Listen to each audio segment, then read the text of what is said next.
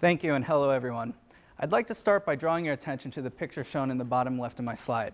A normal stock photo, but directly to the right of this image is the same picture edited to appear as it may to someone suffering from age-related macular degeneration, a disease that affects the retina, a tissue lining the back of the eye.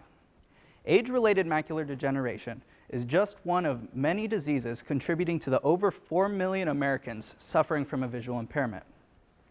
My research seeks to challenge these visual ailments by understanding the process by which organisms originally develop structures such as the eye.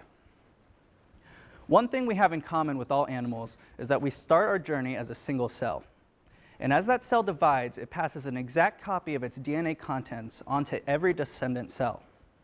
This is important because DNA contains the basic instructions necessary to guide development. However, even though each cell contains the exact same DNA information, not all of it is ever turned on at any given time. Rather, for example, cells of the heart may only be able to access and turn on DNA that is necessary for its functions, such as contracting and beating, whereas cells in the retina will only be able to access regions of DNA that are necessary for its functions, such as detecting light. It's in the same way that you might own multiple outfits, and you may store away your jackets during the summer and put away your shorts for the winter. The cell is able to organize its DNA so that it only accesses the needed information. What this means for my research is that living within every single cell of the 4 million Americans that are suffering from a visual impairment lives the entire set of instructions that may be necessary to completely rebuild their retina.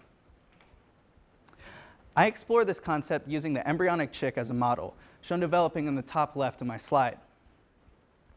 I'm able to induce blindness in the embryonic chick by surgically removing its retina. However, in my research, I have shown that by adding a single protein at the time of this injury, that the chick is able to completely build a new retina following the removal of its original retina. Interestingly, this protein that I'm adding works by eliminating a DNA modification known as methylation. Methylation happens to be one of the major mechanisms by which a cell targets DNA to put it away for storage. By building on this work, I hope to find ways in which we can unlock regions of the genome that are only accessible during development, and further, how we can turn back on the DNA instructions necessary to regenerate the retina following injury.